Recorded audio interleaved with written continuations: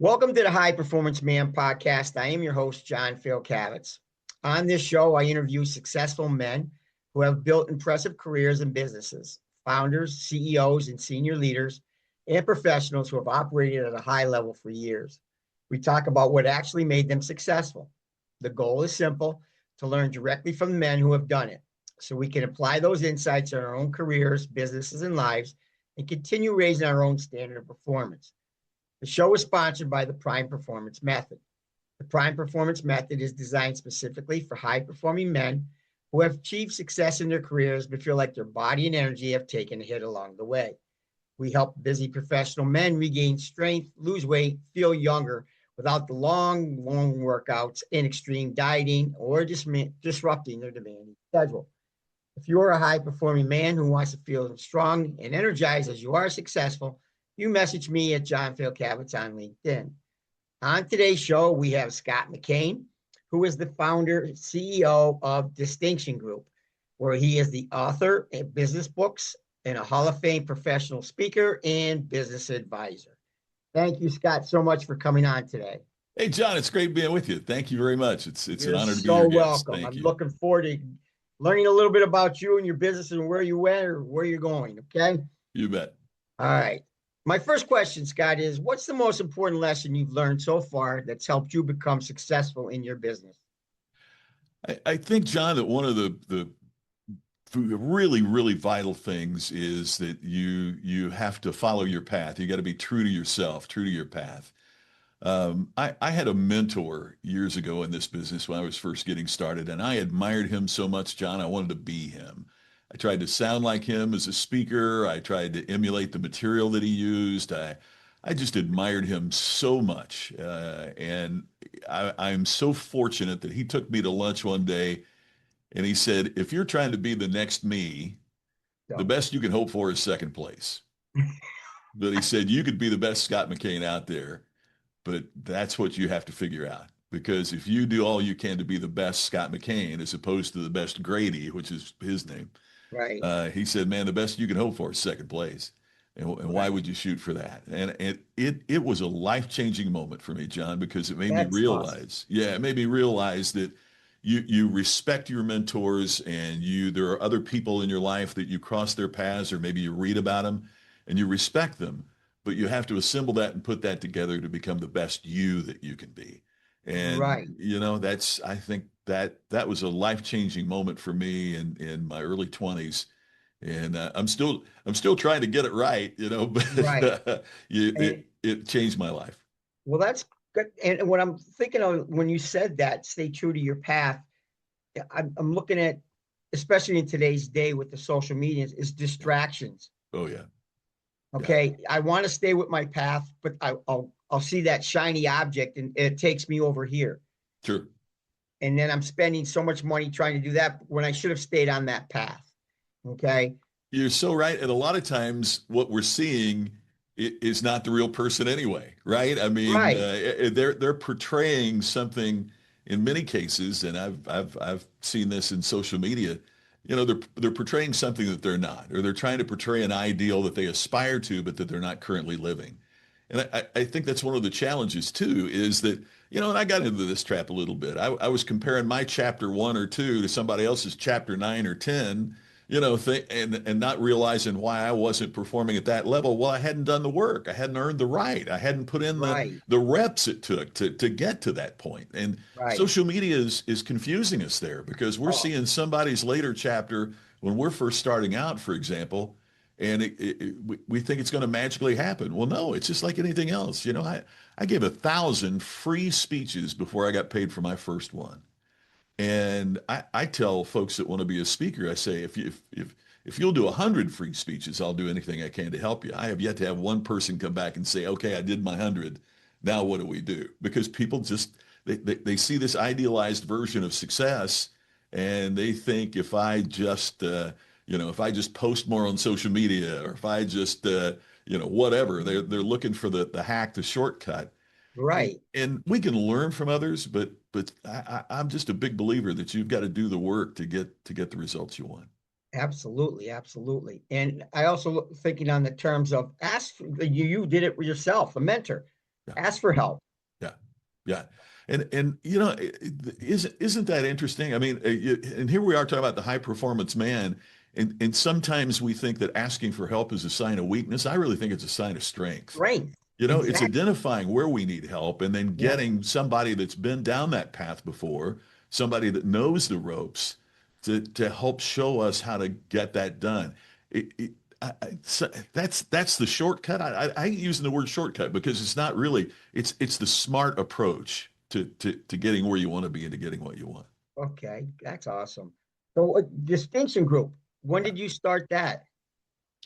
Well, tragically, my mentor was killed in a plane crash, the guy I was telling you about. Oh, my And goodness. so the people that were running his business and the people that were running his life, um, as Grady's fee went up and people couldn't afford to have him speak, he would recommend me. He said, "Hey, I got this young guy. He's getting started. He'd be perfect for what you do." So when he passed away, I filled in for some of the things that he did, and that was really the beginning of it. Um, I, Okay. I I was so fortunate in high school. I became a member of a student organization, and that student organization was FFA. Back then, it was known as Future Farmers of America. Now it's Yes. just FFA because it's in all phases of agriculture Right. and everything. And I got very involved in the public speaking competitions. So for me, speaking was almost like my sports. I don't remember a single night of high school that I didn't stand in my room, turn on a tape recorder, and practice giving a speech. Then I became the state president in Indiana, later a national officer of FFA, which means you lay out a college for each of those 2 years and you do nothing but travel and speak. So that's where I did the 1,000 free speeches. And it was in front of Wow. not just other students, but in front of, their parents would come Right. to the program. So I'm speaking in front of the parents as well, or I would speak at Kiwanis Club meetings and Rotary Club meetings and talk about the organization. But I'm speaking to adults, and I'm 19, 20 years old. Um, and so for me, that was where I put in the reps, and that's how I met my mentor. Then he took me under his wing. But when he was flying home from a speech and was Oh, tragically my killed, and gosh. and so my wife and I had just we'd been married a year because we had dinner with him for our 1 year anniversary, and he died 2 nights later. And we just decided if I was ever going to go all in and start the business, uh, that was the time. I was kind of afraid that if I went to work in corporate America, it would be hard to leave. You know what I mean? Right. You kind of get used Exactly. to the perks, you get used to all that, and man, we were young and dumb and broke, and I thought, how much worse can it get? So, and I think that's the other thing that goes with it too, is that there's no growth in the comfort zone. And you've got to take risks to get rewards. Yep. And Oh, that was the risk that we took. and growing with the failures because you're going to have failures. Oh, oh gosh, yes. You're so right. And I and mean, I haven't learned too much from my successes. I nope. mean, don't get me wrong, I've certainly appreciated them, been Right. grateful for them, but I can't say they were great learning vehicles. And Right. you learn from, man, you learn from the times you mess up. You learn from the times it doesn't work out. And you Yes. you have to be humble enough to go back and say, okay, and gosh, I didn't plan on talking so much about my mentor, but No, that's what we're here for. he said, John, one of the things he said to me that was so important. He said when it doesn't go the way that you want it to, he said it can be the situation's fault. And he was talking about speaking, but he was also talking about life. It could be the situation's fault. The economy crashes and you didn't have anything to do with that, right? I mean, but that's what happened. He said it could be somebody else's fault, or he said it could be your fault. But the important thing he said is maturity is placing the blame where it belongs. That It's is not beating yourself up. right. If it's the economy that crashed, then there's nothing you can do about it. Wow. But it's also not blaming somebody else Which a if lot of us do. if right, which you're exactly right. He said, but it's not blaming somebody else if you're the one that didn't put in the effort or made the bad choices or whatever.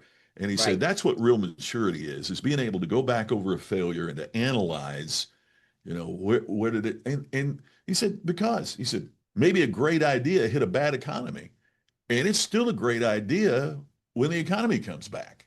or when the market changes or whatever. So he said, Right. don't give up on that idea. It wasn't a mistake.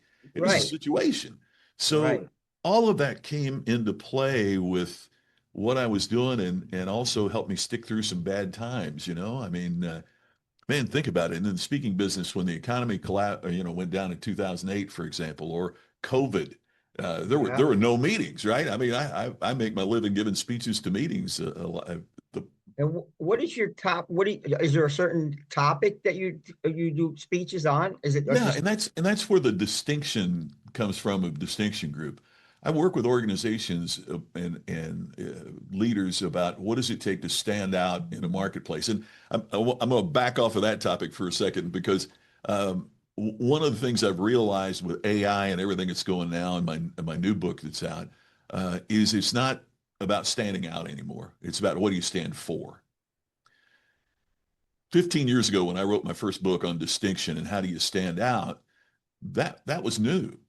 Now everybody says they stand out. That doesn't matter who you talk to, everybody says, "Oh, we stand out." Now it might be because their logo's red instead of green. It might, but right? if I What we slap every stand customer in the for, face, I stand out. But that doesn't mean they're going to come back and do anything with, right? buy anything for me again. So what I've realized now more than ever is with AI and with what you said about social media that's so true. Uh, People are desperate to know what do you stand for. For And that also means I know what I won't tolerate, right? I mean, if I know what I stand for, I also know what I won't stand for. And I think that's been I think that's been missing. underplayed in the past, and it's more important now than it's ever been. Absolutely, absolutely. I think we need that more than ever. I agree. I agree. Okay, I really do. I mean, when you see what the country and the culture and what we're going through, I think people aren't, they're afraid to stand up for what they are. Yeah. Yeah, you're so Okay. right. You're so right. And yeah, a buddy of mine, Larry Wingate, has this great line. I joke with Larry all the time. Man, I wish I'd have thought of this. I wish I could say it's my line. It's his. He said, "What you tolerate is what you endorse." That is something. That's powerful, isn't it? Yes, it And is. I say that to managers all the time of businesses. I say, man, if you tolerate one employee coming in a half an hour late in the morning, you've just said to every other employee, "Hey, come in half an hour late. Yeah. I'll tolerate it. I'll endorse it, right?" And so we have to know not only what do we stand for, but what we won't stand for, what we won't tolerate, what we won't accept. And hey, it doesn't mean that you wouldn't have a different value, but Right. I've got to be in control of mine. And that's You I you think you it's hit it great. right on the head because I'm still currently a head lacrosse coach and football coach, Yeah, yeah, and I'm I'm this close to getting out of it because it's just too much because it they don't I don't say my expectations are higher. It's just it's different. yeah, Okay, because you just said I can't tolerate those things that these kids are getting away with. yeah, yeah. Okay, and it just drives me crazy. John, I bet you know the story. I heard a story this week. And it really went now. I'm from Indiana originally. I grew up in Indiana, which means I'm an Indianapolis Colts fan, which means that back in the Peyton Manning days, the Patriots were the enemy, right? I mean, Yep, they had a great rivalry between Manning yep, and Brady and the whole bit. yep.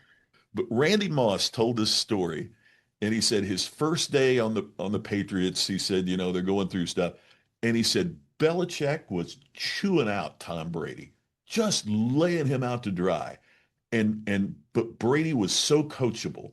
But Moss said, if that guy will do that and coach up Tom Brady, I better get my stuff together, Exactly. right? Because if he won't accept it from Brady, he's sure isn't going to accept it from me.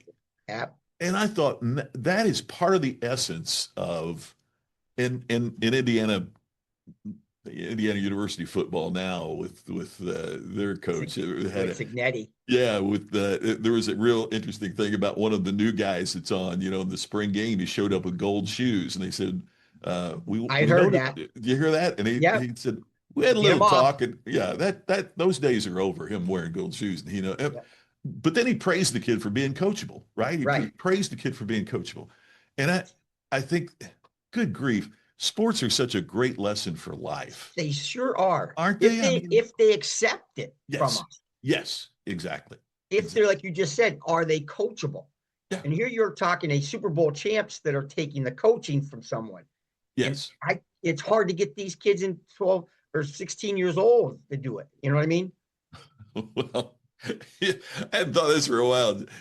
You remind me, my dad always said, if you, and this is back in the days they could paddle you at school. Yeah. He said, if you get spanked at school, you got another one coming when you Coming get when you home, get home. right?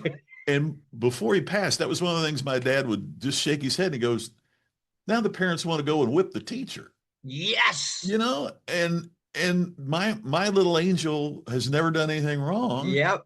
and and they don't realize that it's the kid that gets hurt because Yes. of that. It's the kid that gets hurt because the We're kid won't learn discipline. The kid won't learn. And hey, it only I don't hurts. mean that to sound like we ought to be No, it hitting on hurts the kids or anything child. like that. I And I don't mean don't know that at all. But what year it transferred over because it was quick, man. yeah, I mean, it went from here to here. yeah. And again, I don't mean it well be hitting kids. I don't mean that at all. But what I Yeah. mean is the lack of parental support of standards. Yep. And then so what happens? Then the school stops having the standards because they can't keep fighting the parents all the time. And so the whole thing gets reduced. Yep. And I don't mean to sound like the old guy, shaking his Yeah. fist at Oh, no, clouds, that's and that kind of thing. But I think we no, but lose. I'm with you. I'm My with you my 100%, Scott. my success has been based on discipline and repetition and just doing it. And accountability. Yeah, yeah. Hey, that's part of what I love about speaking, and Yep. and not a significant part of my life is giving speeches to groups, and it's writing books, doing consulting, and all that. But giving a speech, I gave a speech a couple days ago in Amelia Island, Florida, to a great group, 1,500 people in the room. They didn't know or care about what happened in my last speech. They don't care about my next speech. All they Right. care about is when I go on stage and do that, do I do it right for them? Right. That demands me to be accountable every single time for every single client. And if I wasn't, I wouldn't be doing this for 30 years. Yeah.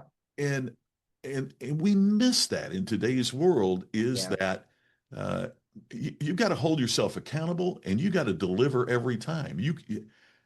That's I know. You're preaching to the choir I here. think we're singing on the same sheet here, Yeah. John. All right. My next question, Scott. For most men on the road to business or professional success, other areas of their life get sacrificed. What's been one of the areas of your life that has suffered, if there has been? But where would you like to be successful now, too? Wow, that is a very deep question. You know, I I think yeah, there have been a lot of folks that I've met that uh, have traded off family success for career success, and I find that tragic. That my wife that I mentioned that she and I went in started the business and all that. I lost her to ovarian cancer Oh, several years back. sorry to hear that. And it was a real eye-opening experience, and I'm so grateful that we had so much time to work together and be together and grow a business together. And then she left that and became successful in her own career. Um, but but man, we had some rough times in our marriage because we were both chasing career success and to be very candid and for a period of time kind of neglected our marital success. Okay. And I'm just forever grateful that we got it back together, before That's she great. right before she got sick. So Right. we were able to get through that, uh, together. It, it And how long ago was this, Scott? it's well now it's been 20 years, and So, you it's one. have you had other relationships now since Yeah, then? I'm the luckiest guy in the world. A few years later, I met this sweetheart of a gal, and John, I'll choke up telling you this. Uh, she said, "I don't have to be the love of your life, but I'd like to be the love of the rest of your life." And she has Wow. respected the memory of my first wife so much. My first wife, Sherry, was born on May 27th, and every year on her birthday, I post a remembrance about her. And Tammy, my wife now, is an enthusiastic supporter. And Great. and you know, a friend of mine's wife said, "Don't you get a little jealous when he's posting about his first wife?" And she said, "What kind of jerk would he be if he could have been married for 20 years and then like forget her?" That is so true. I'm just like, and it's not one of the best pieces of advice I got when my wife passed away. I did counseling afterwards because I was struggling, man. I was Hmm. having a tough time, and I finally said to the counselor, I said, "How long does it take to get over this?" And she laughed and went, "You'll never get over Get this. over it. What? Right. Why you could love somebody, be married to them for all that time, and then just get over it?" She said, "You'll get through it, but it'll be part of the fabric of your life. And by the way, what kind of a-hole would you be if you could get over it? Right. That's Right? so, that's so, You can't get over that." And as weird as it sounds, that was so freeing for me that there didn't have to be a timetable. There didn't have to be and then to find a woman who understood that, I'll be sad on her birthday because I miss this person that should have had a great chance to live a full life. right. But Wow. we celebrate the good times as well. And Great. I got off the topic of your question, No, but to get no, back that's, on that, I think it's so important that, again, it's accountability. yeah. It's what you said about accountability. You were spot on. Yeah. We have to hold ourselves accountable to having successful personal lives as well as professional lives. And we have to be accountable to find the balance in there. So I can't imagine what it would be like to be a great success at work and a total failure at home. Oh, I don't want that. right. Okay. My next question, it would maybe put a little thought into this here Sure. with the way the world is and things. Where do you find yourself at peace? Whoa, that's a great question. Um, the older I get, uh, the more appreciative I am. Well, for one thing, it's sure amazing how much smarter my dad got the older I became. You Yes. know, but some of the things that he imparted about being a good person and taking care of people, and he said it costs you nothing to be nice. It costs you nothing to be a good man. Um, Man, the older I get, the more grateful I am that that there have been situations where I did the right thing, even when it was a hard thing. Right. You know, um, that's where it's at peace, I think. And boy, what an interesting question, John, because isn't it isn't it fascinating that sometimes the things that cause us the most peace later on, that create the most peace in our lives, were the things that were so doggone difficult while we were Difficult. doing them. Yes, I Uh, totally agree. and that's you know when I'm going back to this, but when Sherry was dealing with terminal cancer, we were visiting the oncologist, and they took her back to do a test, and the doctor's sitting there, and he said, "Hey, I just want to say it's really great how you're standing by your wife." And I went, "Well, what else would I do?" And he said, a, a, "At least a third and maybe a half of the men uh, leave marriages when their wives are dying, when they Oh know my when they know it's going God. to be, I not did not not not when know it's that, man. immediate, but yeah, I mean, because Wow. it was going to be a Right. significant period of time before the end, but the end was unavoidable. And I just couldn't wrap my head around that.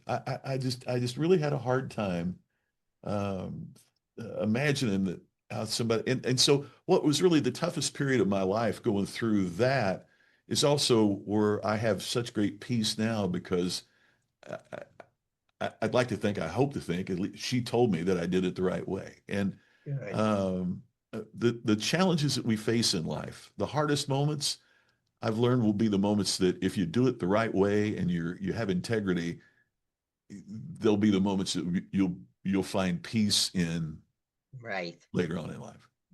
Excellent. And to finish this off, the last question, Scott, if you were to give one piece of advice to a young man or man starting his journey to be successful, what would it be? I want to tell you a little story. Yep. I'm a national officer of FFA, and one of the jobs is to thank the corporate executives of the companies that contributed, and made these opportunities possible for young people. I'm 20 years old, and I'm meeting with the then chairman of General Motors. His name was Tom Murphy. Now, how in the world does a 20-year-old get to talk to the chairman of General Motors? And GM was the biggest car company in the Oh, world. yes. Yep. And so I tried to prepare a question for him so that we could have a conversation. So here was the question. I said, Mr. Murphy, General Motors, goodness only knows how many people they hired the same day they hired you. They probably hired thousands in the month that you were hired. How did you get to be the chairman of General Motors? And his answer, I've never forgotten all these years later. He said, I realized they couldn't promote me if there wasn't somebody on my team that could take my place. So I said, I did everything I could to make everybody on my team better than me. But when I did that, then they could move me to a higher position. And I just did it again, and I did it again. He said, it got down between another guy and me to be the chairman. He said, and this was the line I'll never forget. He said, I had built a reservoir of goodwill. Wow. Of people that I had helped build them up. So when it got down to two people, I had so many people going, oh no, it's got to be Tom. He has built so many people up. Wow. And kindness, man. That to me, so when a young person says to me, how do I become successful? My answer is always work hard on yourself, take accountability, but do everything you can to help the other people around you be the best that they can be too, because that will be your reservoir of goodwill that will help you rise to the top. So, boy, that goes a long way. Wow. Well, in sports, we're talking about coaching. Yeah. We see these coaching trees, right? Yeah. Well, you know what's happened? It's those coaches have helped their assistants and lifted them up. That's the only reason that they become great coaches as well. That's why we see these great coaching trees of all of these all these younger coaches that are coming off the branches. Yeah. So same principle. So that would be the advice I would give. Perfect. That is awesome. Well, Scott, it's been an absolute pleasure having you on the show, man. My privilege, so John. much time. Thank you so much for taking the time. Your insights and your stories were awesome. My audience is going to enjoy listening to this, okay, and taking the insights and tips that you have offered, okay? And for everyone else listening, this is brought to you by the Prime Performance Method, where we help high-performing men rebuild their strength, energy, and confidence without sacrificing their careers. If you are ready to feel strong in your body as you are successful in your business, message me at John Fayocavitz on LinkedIn. Until our next episode, please perform strong in all areas of your life.